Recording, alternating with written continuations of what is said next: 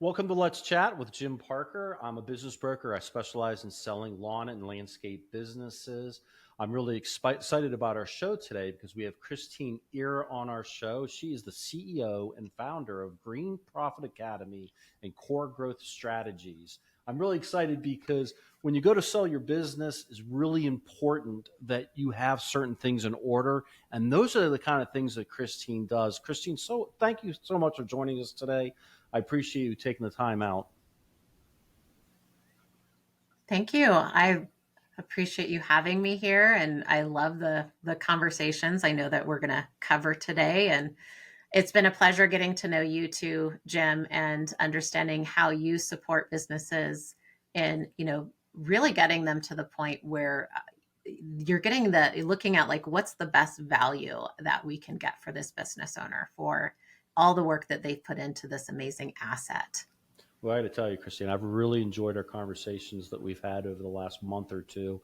I'm really impressed about what you do, and I'm really excited to do this today so that the audience can hear firsthand what you do. Can you tell us a little bit about your journey and how you, with Green Profit Academy and Core Growth Strategies, you came into focus and you wanted to start handling and working with lawn and landscape type businesses?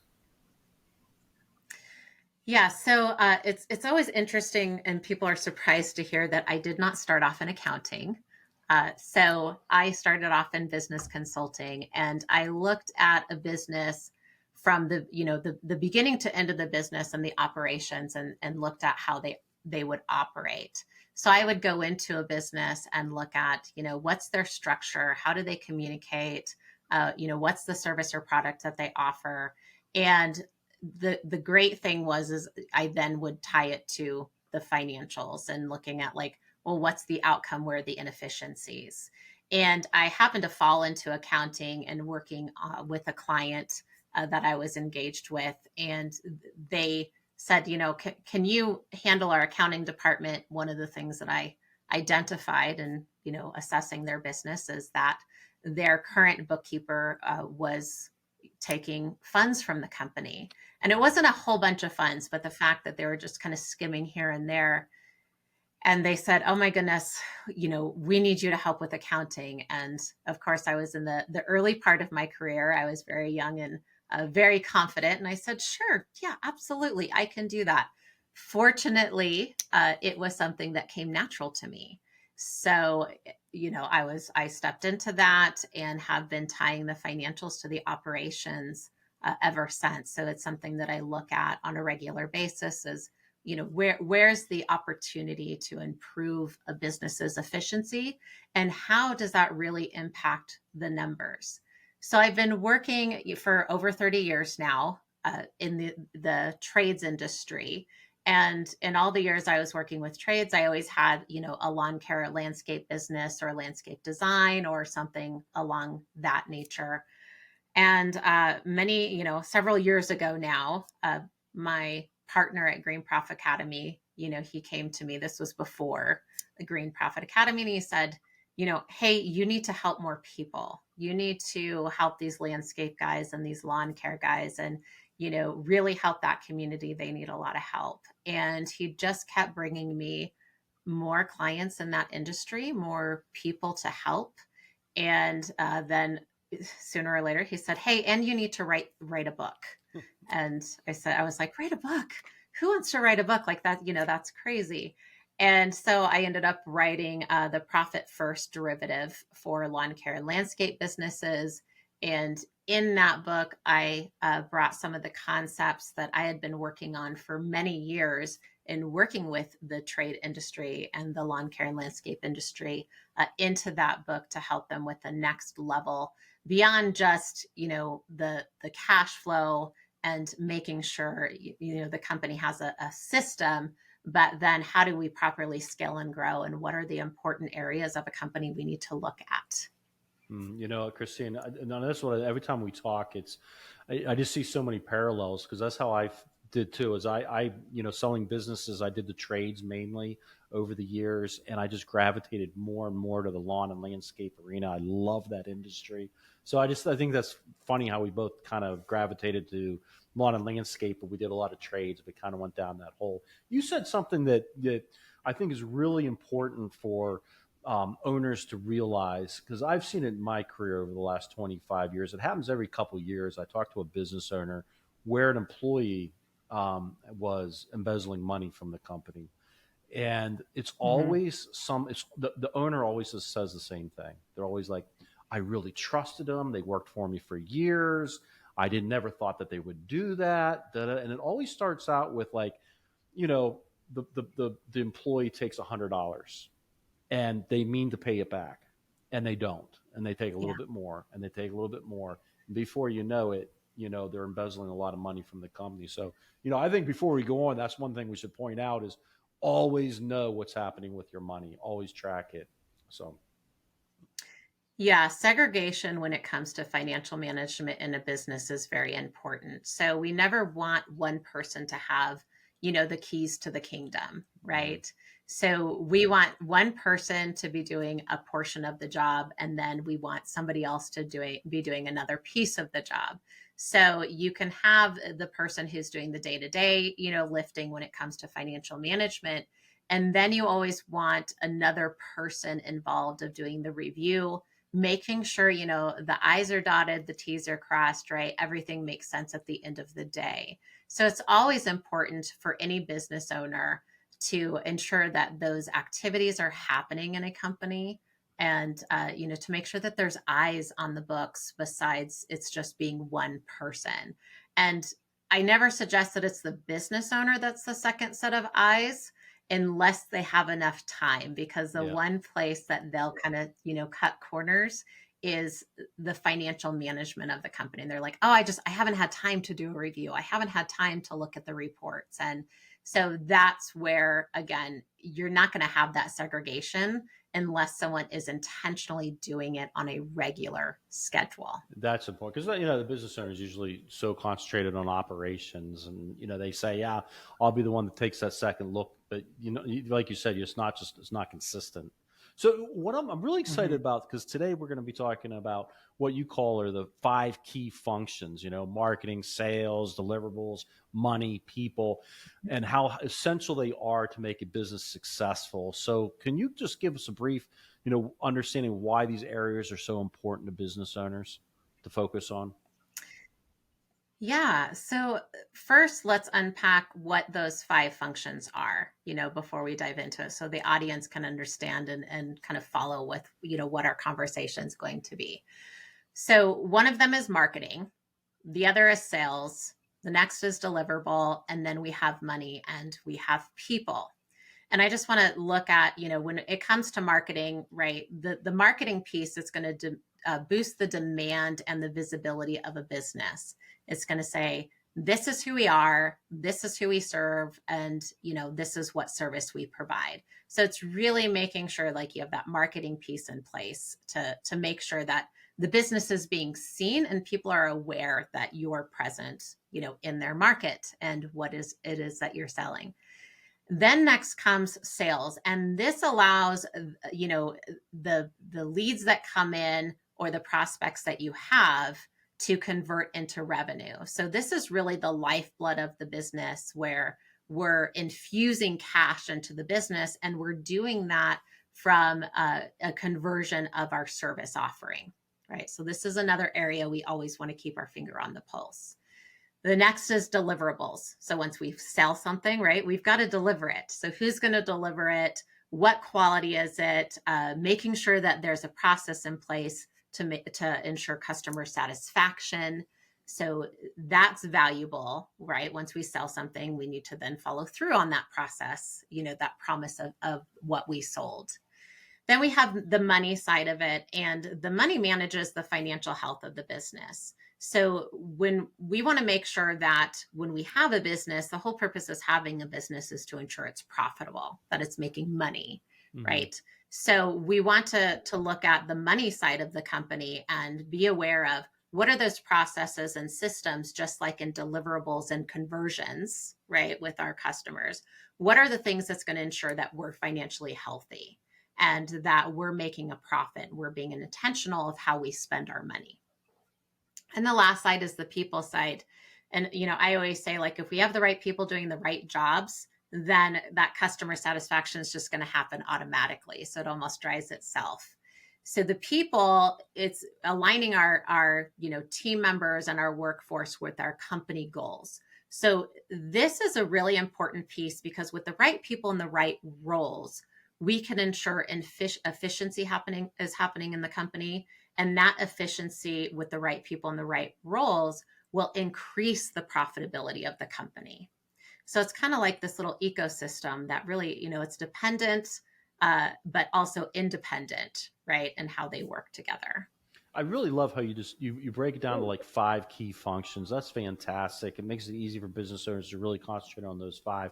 Maybe we can just kind of go through each one of those a little bit and give some insight. I know we don't have a lot of time, and you're so knowledgeable and experienced in this industry. I wish we had hours and hours and hours to pick your brain. But let's just take marketing for instance. It's all about creating demand and visibility.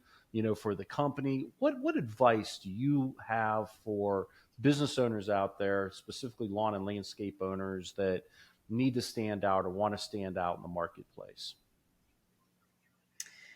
Right. So one, I always say know your market, right? So it's kind of like the same concept of like know your audience. Mhm. So if a company can say, hey, this is how I'm different. This is the type of customer that I serve, or this is the type of service that I provide.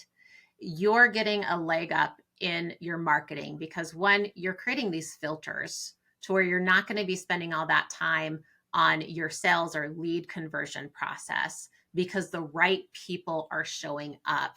And when I say it's the right people, it's the people that speak the same language as you, that have those same values as you do. So you're going to have customers that you love. And if you have some of these pieces built into your marketing, where you're actually saying, hey, this is what we do, this is how we do things, this is what you can expect, you're going to attract more of those like-minded people who want that outcome, You right? know, So this is a really important piece of it.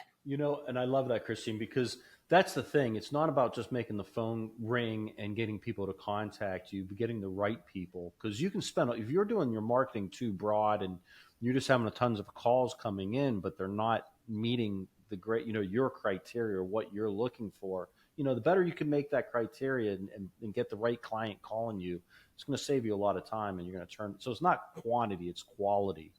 I think one of the things that Right. lawn and landscape owners sometimes do, or any business owner does, is they're doing marketing and advertising, but they're not measuring how effective it is. Can you give some insight on why it's so important that they measure how effective the marketing is and how they might be able to do that?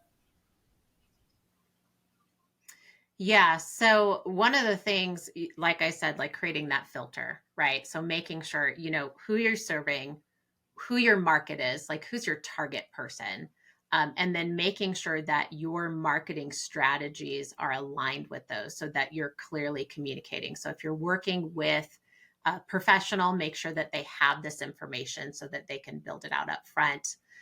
The other thing is making sure that those things really communicate a strong brand, right? So because that's what you're doing, you're building that brand. You're saying, hey, this is how we do them. This is how it looks when we work with our customers. These are the type of people we work with. And you want reviews and other things like customer communication to reflect that, right? So it's making sure that when you go out and you deliver to that customer, or your team goes out, that value that you're bringing to the table is being reflected, and not just what you're saying, but also what your clients are saying, what your customers are saying on your reviews. And then when it comes to any sort of marketing company, we always want to make sure that we're tracking an ROI. So, and this is an area that we run into often, to where they go, okay, well, I spend this so much on marketing. And I say, well, tell me more about that. And what areas do you invest in? And what's your return on investment? And they're not sure what that return on investment is. They're just kind of throwing money at the marketing budget and in hopes that X amount of dollars that they're investing is going to produce X amount of revenue and sales in their company.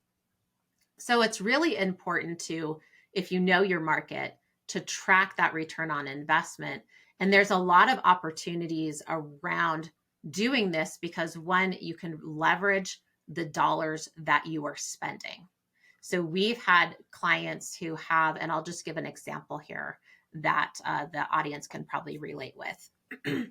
So we looked at who a company's ideal customers were. We then said, okay, so what are the things that they buy from you? What does that look like? And what are the demographics of these people? And what this company was able to do was to spend, they actually saved $1 million in what they would spend on Wow. equipment because they realized that all the people that were buying things from them weren't buying the things that this equipment cost, would then produce revenue on. And then they identified who are these people, and they were able to market specifically, to those people. So they cut their marketing budget by 75% and produced the same amount of revenue and got an even higher profit margin on the revenue that they were selling because they were just so direct and streamlined with the service that they were offering to their top customers, and then created a marketing plan around that. So, Christine, you were talking about how important it is that the owner kind of makes sure that all when they're doing the work, that everything, the quality stays the same, whether it's them or whether it's somebody else at the company, maybe you can use some software. One of the things I see when I'm trying to sell a business is if the business is dependent on the owner, it makes it really hard when they go to sell the business. That business owner walks away and the quality can go down. That's why I agree with you, and it's really, really important that the owner trains the people underneath them to keep that quality up and what those expectations are.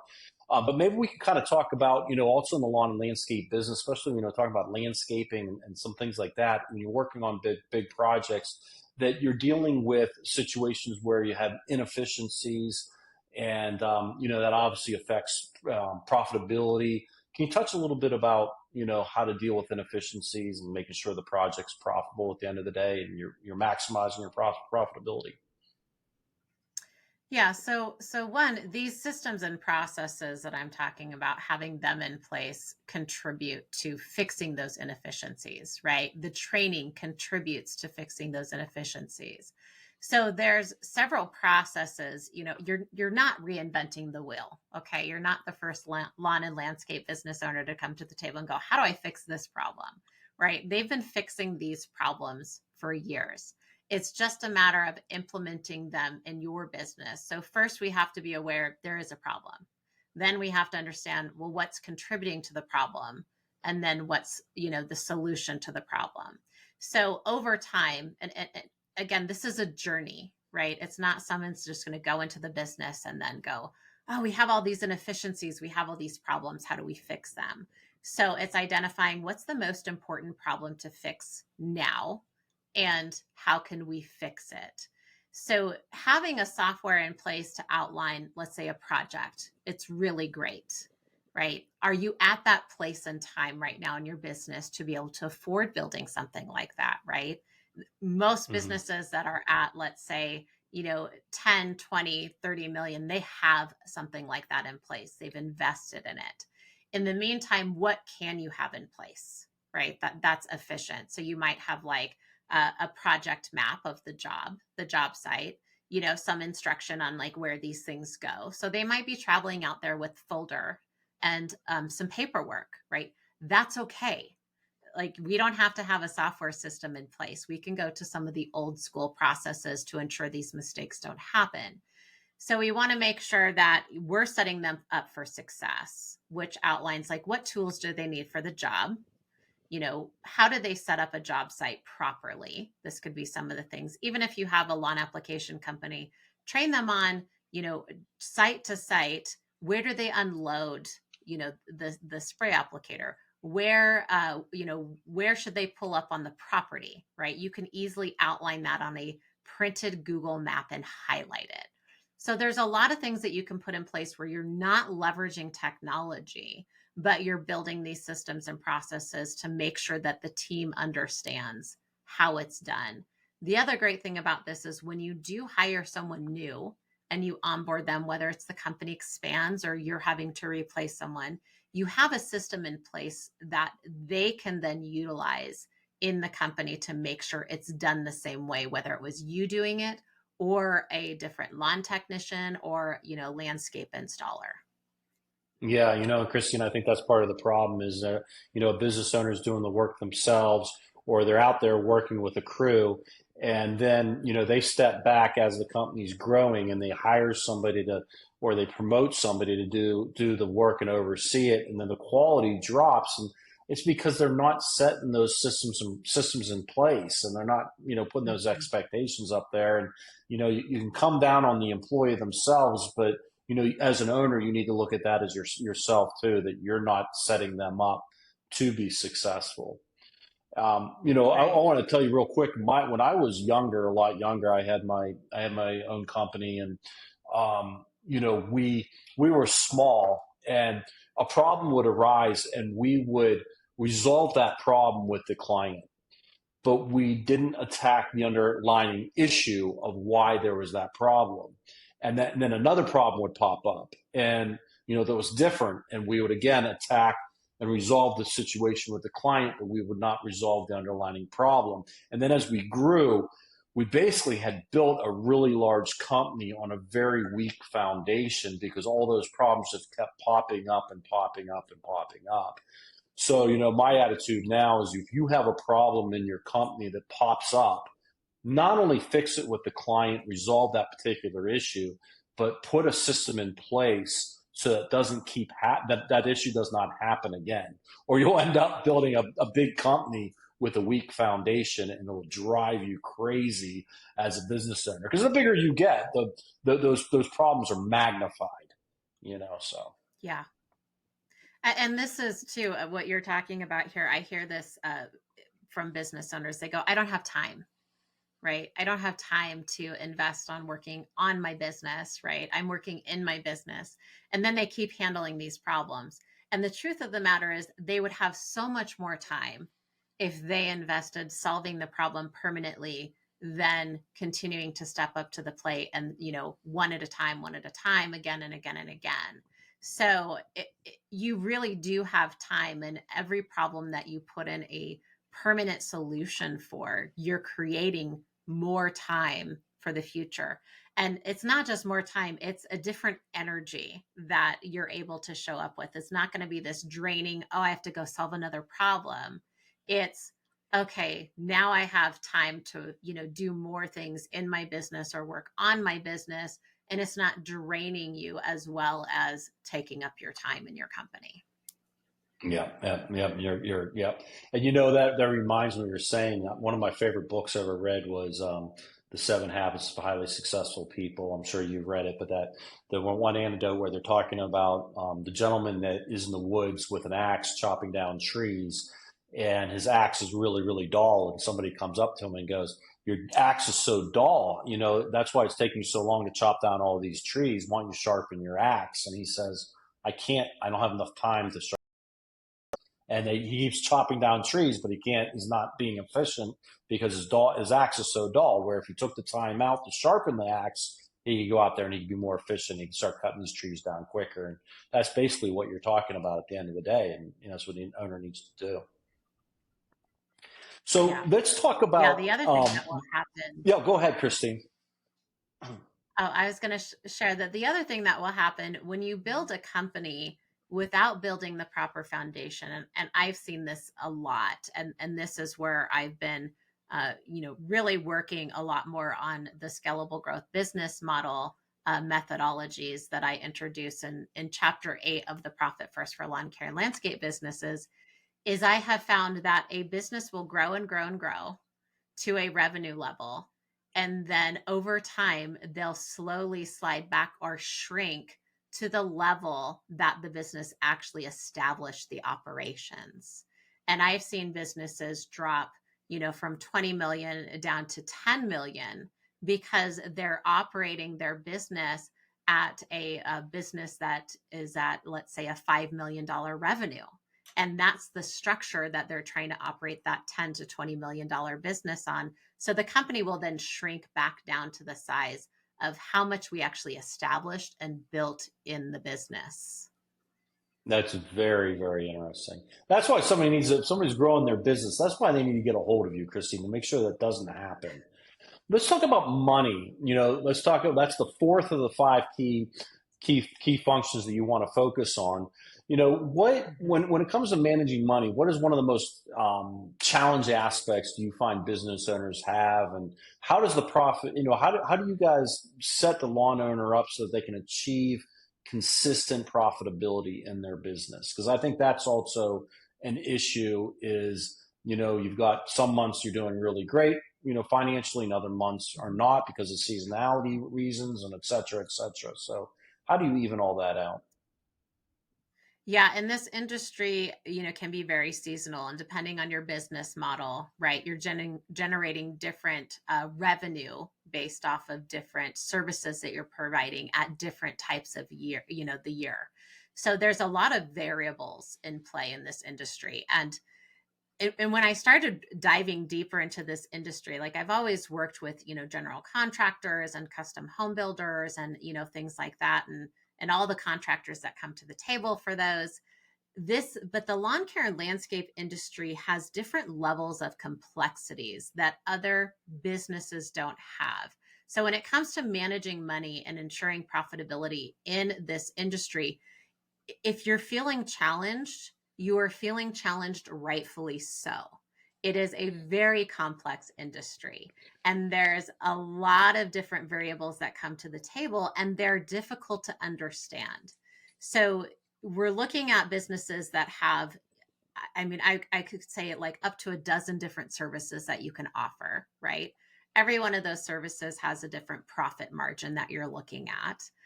You have to have equipment and people that are trained in those different areas of the business.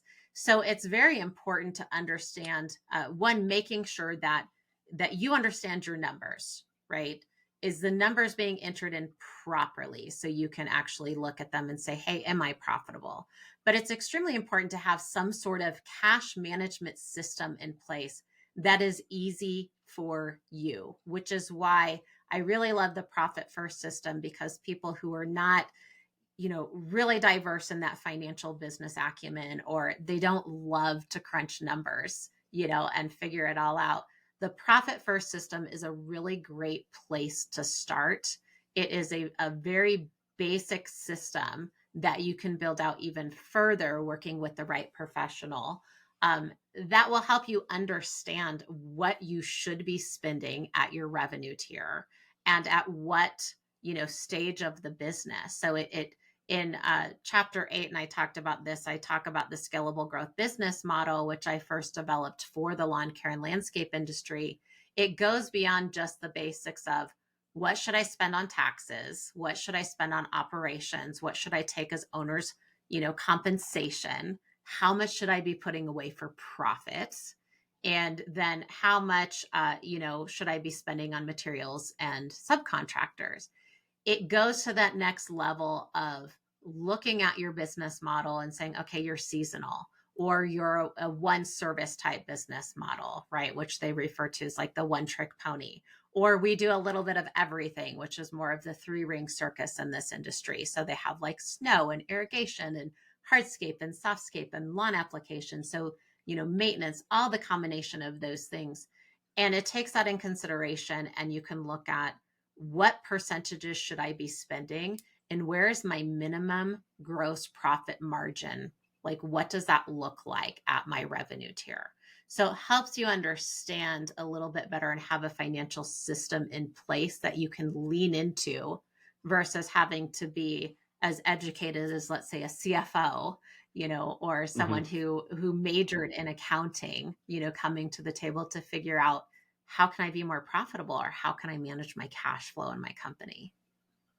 Yeah, a lot of business owners that I talk to, they're really good with their financials. They get their financials every month and they review them, and then there's a lot of business owners that they find it boring. They don't like anything that comes to do with their financials. They might be getting their P&Ls and balance sheets done on a monthly basis, but they're not taking the time out every month to actually review them and look at them.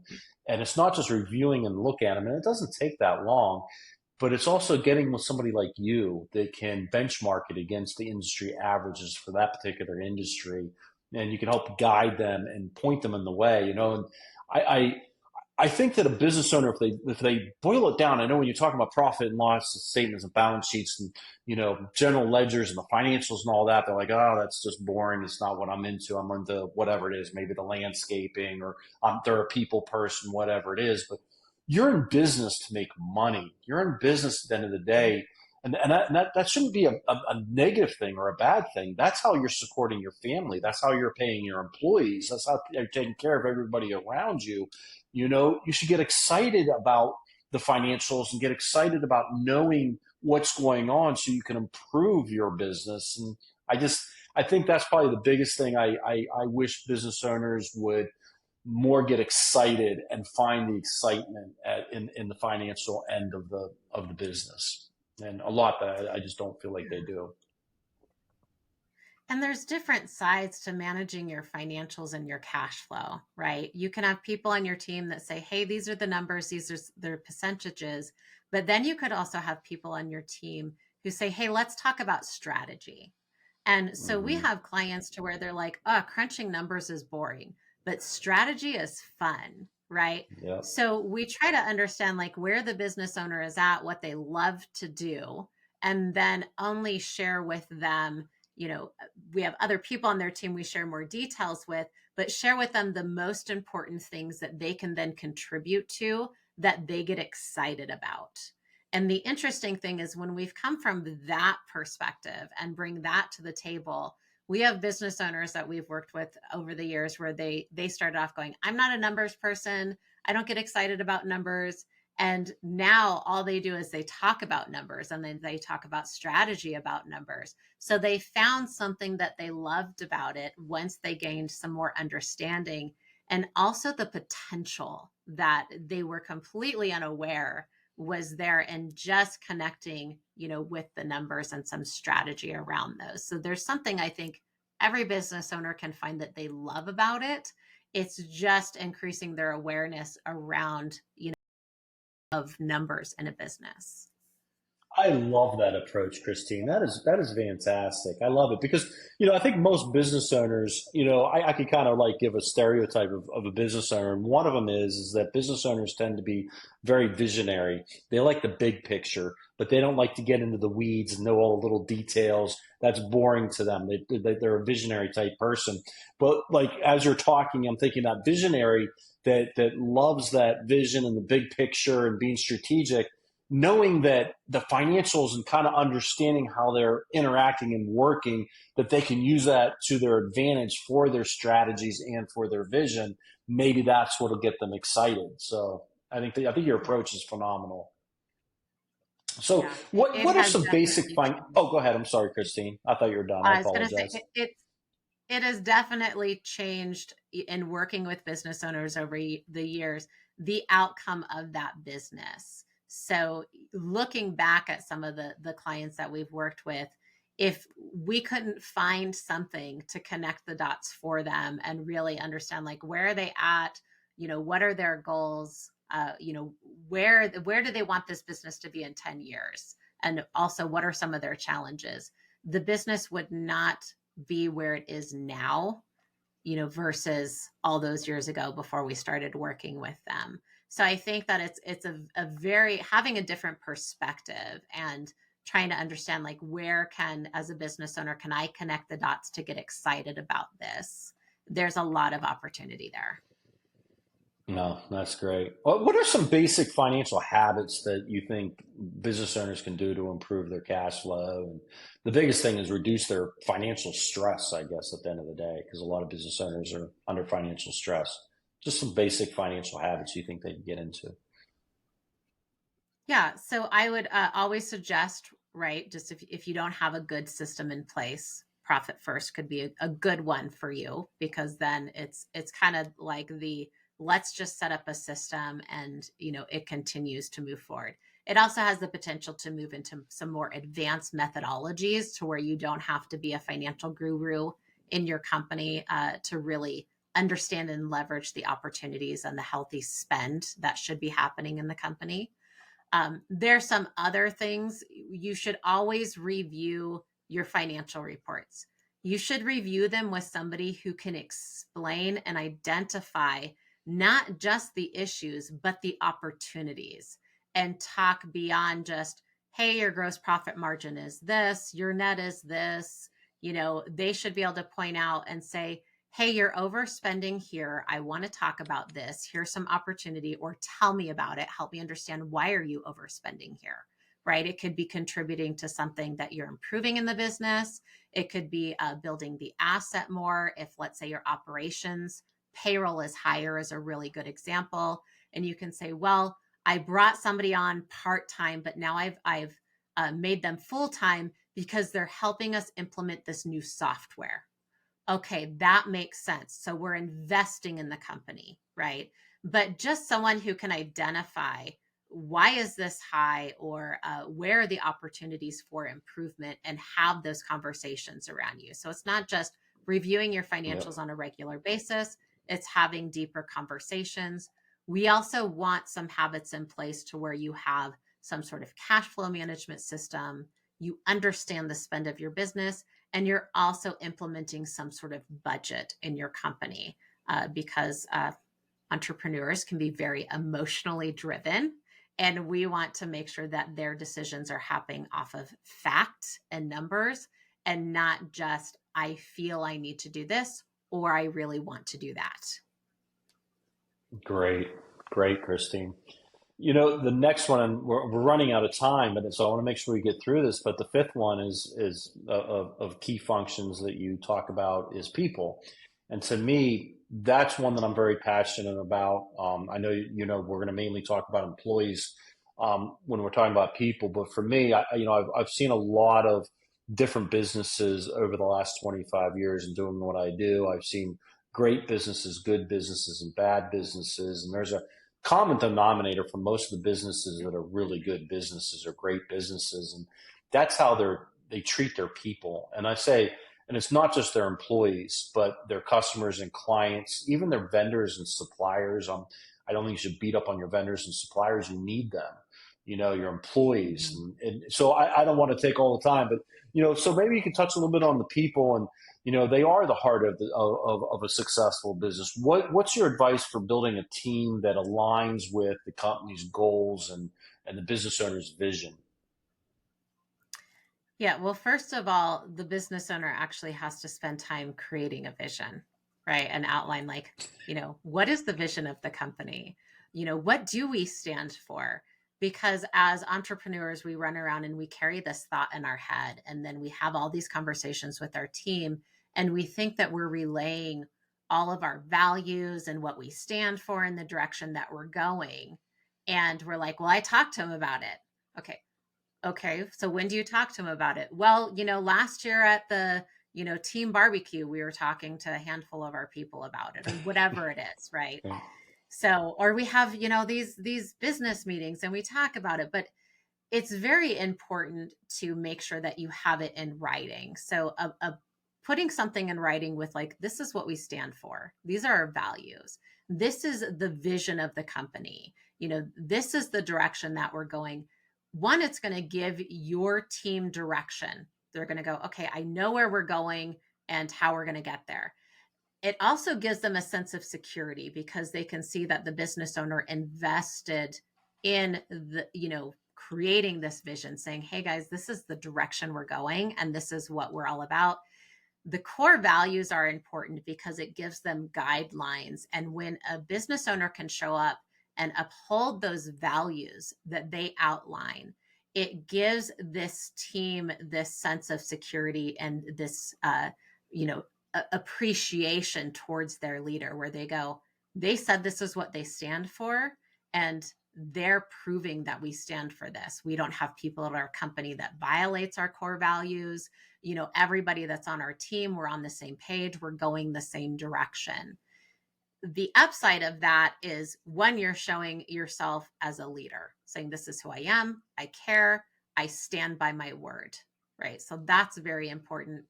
It also helps you make sure that you're hiring and recruiting the right people that are there to support the vision and aligned with the company beliefs. So that's important as well. So it not only does it create that language, just like I was talking about with the customers, where you're all talking, you're on the same page, you're talking the same language. The people that you are hiring and bringing onto your team is doing the same thing. And it makes it easier to lead people that have the same beliefs as you than it is to lead people that are, going against the grain and creating problems. And that's how you're creating the culture at the end of the day in your company, you know? What's Yes. what's the one mistake that you see business owners make over and over again when it comes to managing their teams, and what could they do different? So I would say that one of the biggest things that I have seen is they're aware of this concept of culture, right? They're aware of values. They're aware of, let's say, company handbook, all those types of things. Um, and I always say you have a culture whether you create one or not, whether you're intentional or not. The culture is going to be created, so you can choose what it's going to be, or you can let it happen, right? I always say, let's choose, because you never know what you're going to get when you let it happen.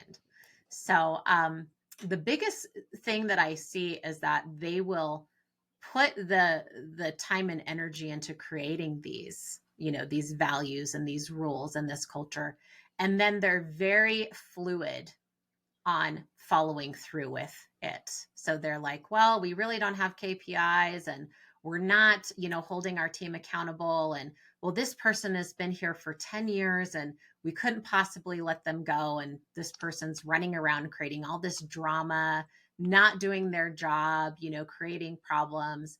And what it's telling the other team members is, I don't value the way you show Hmm. up as much as I should, because I'm letting this other person in the company hold a position, not produce what they're supposed to produce, and create problems. So it's Hmm. it's really, I think, upholding that accountability and enforcing what your values are, and not making exceptions because someone has been in the company for a long time. Christine, I wish I had more time to talk with you. You are an encyclopedia of knowledge, on building businesses. I mean, and I love that you and I have been talking so much in the last couple months, because you are a great extension to what I do. I sell lawn and landscape businesses and business owners. I wish every business owner would work with you for a couple years before they'd come to me. I think the business owner would maximize their sales price, they'd get better terms, they'd be more likely to sell their business if they ended up working with you. Maybe you could tell the audience a little bit about the book that you wrote, where they can get it at, maybe a little bit more about the book that you got coming out, and your websites, and where they can get in contact with you, Christine, because I think what you're doing for this industry is just amazing, and it's really appreciative. I want people to get a hold of you. Thank you. Yeah, absolutely. So, as we, talked about at the beginning, I have two companies. I have Core Growth Strategies. We work with business owners to really get their numbers in place. We also work with them on a higher level program to implement, some of these things through their business, and bring them through increasing their awareness around, what is in my business and what isn't. Like, what do I need to fix? And at Green Profit Academy, we support business owners to increase their leadership skills, and developing some of those soft skills. And it's not just business owners, but we have an emerging leaders program as well, to where it increases, their business acumen, and improves their soft skills so they can step more into that leadership role and take over more things for the business owner, so the business owner isn't carrying the business on their back. So we support that leadership aspect. We look at strategies to improve profitability in a company. And we also have a peer group over there for business owners to show up, not only learn from coaches, but also learn from each other. And that you're talking about the peer groups. Yes, yeah. So they're, Yeah. getting insight from other business owners and they're also getting insight from us. So, and I love that environment because we never want to be the smartest person in the room. And somebody always has something valuable to bring to the table, whether they're just starting out or they've been in business, for 20 years. There's always a different perspective that shows up. Yeah, I think peer groups are invaluable. Having a group of people in your industry talking and sharing ideas and best practices is amazing. No, it's just incredible. Christine, I was talking earlier about, I think I could kind of make a stereotype of a business owner.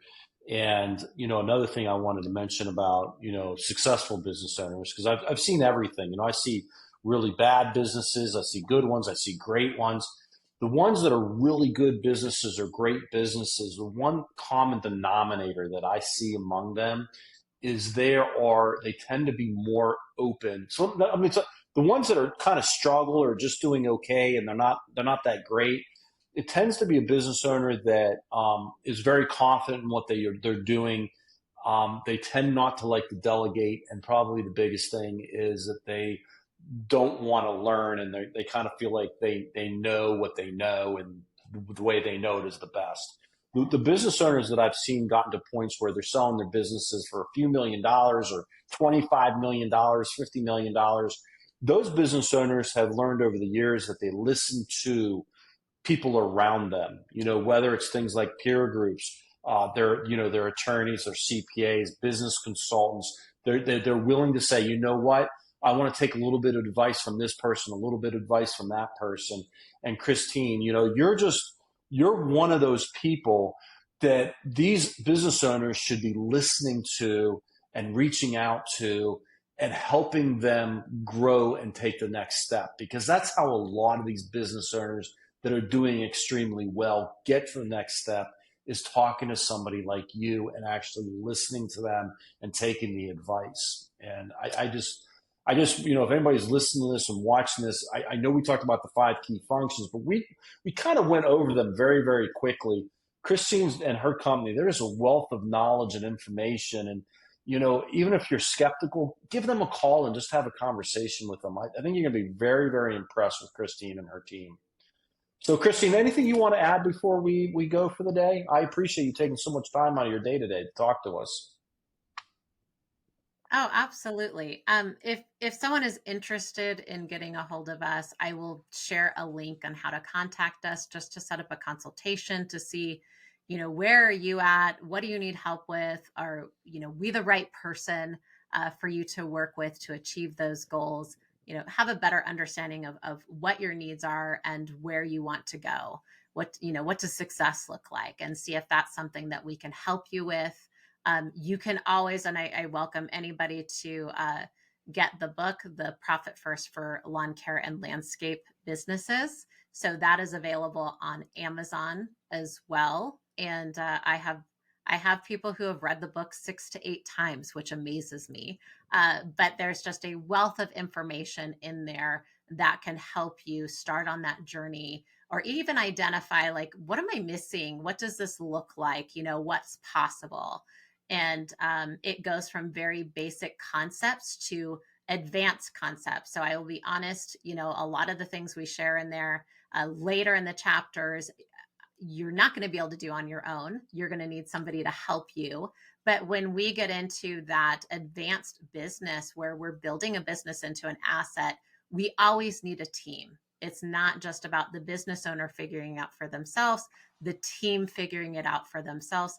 They need someone to help them with insight and possibilities and present strategies, from the outside looking in. And there's a lot of opportunity there for any business owner to understand more of, what do I not know that's going to improve the asset that I've been investing my life into?